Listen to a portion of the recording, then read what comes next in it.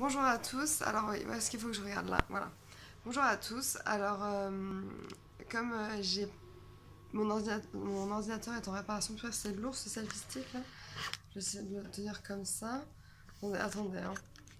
Voilà, comme ça. Voilà. Là, vous pouvez voir une autre partie de mon appartement. Il y a des tableaux derrière. Donc, oui, je vais regarder là. Donc, en fait, je vais parler de deux sujets différents.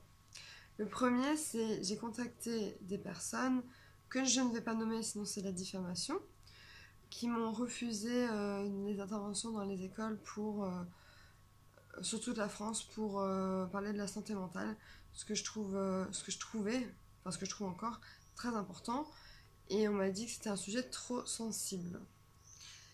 C'est tout le but du truc. C'est tellement sensible, tellement dur qu'il faut en parler.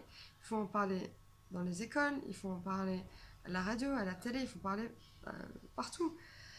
Et donc voilà, ça c'est la première. Bon, c'est pas un coup de gueule, c'est plutôt une déception. J'aurais vraiment voulu aller dans les écoles et leur dire. C'est pas prendre de drogue, mais éviter les drogues. Si vous sentez que vous êtes fragile à ce niveau-là, dormez bien pour éviter la crise de manie, ça peut arriver à n'importe qui d'ailleurs si on ne dort pas pendant plusieurs jours. Que ça existe les urgences psychiatriques 24 heures sur 24, 7 jours sur 7, ça, il n'y a pas grand monde qui le savent. Ensuite, donc voilà, c'est informer, prévenir. Vaut mieux prévenir que guérir. Ou alors au moins être au courant que si on est en face à l'âge de 20 ans, 25 ans, 26 ans, 30 ans, de quelqu'un qui fait une crise de délire, une crise d'hypomanie, une crise de dépression suicidaire, quoi faire? Eh bien, il faut appeler les urgences. Et ça, pas grand monde le sait. Mais même, de toute manière, même si vous appelez le SAMU, ils vont vous envoyer une ambulance pour aller en ce genre psy si c'est pour l'ordre du suicide. Mais il faut savoir qu'il y a des urgences. Donc je vous le dis, je vais vous faire une sorte de tuto, enfin pas une tuto, mais pas un cours, mais une sorte d'information sur la maladie bipolaire, puisque personne ne veut le faire dans les écoles. Peut-être que je ferai vraiment un sujet là-dessus. Et le deuxième sujet, c'est assez spécial, c'est qu'en fait, moi, je défends le fait que on m'a lâché dans ma vie plein de fois.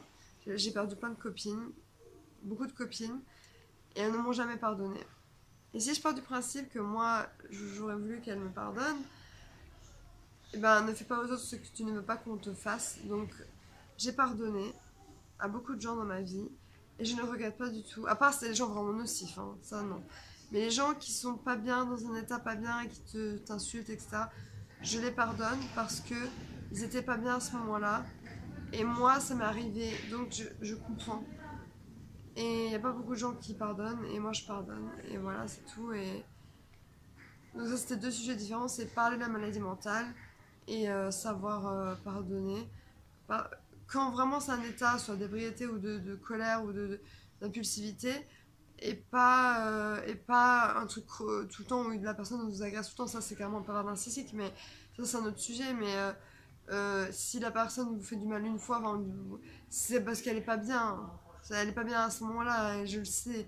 Par contre, les gens nocifs, j'évite. Ça faut, si quelqu'un vous fait pleurer, vous fait du mal, vous fait peur, c'est pas normal. Normalement, c'est un peu narcissique.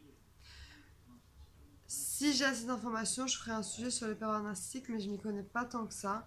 Je connais quelqu'un qui s'y connaît très très bien, mais je suis pas, moi je suis plus calée bipolarité et maladie mentale aussi. Et voilà. Donc voilà. Je vous fais de gros bisous et bah, c'est pas mal cette selfie stick finalement.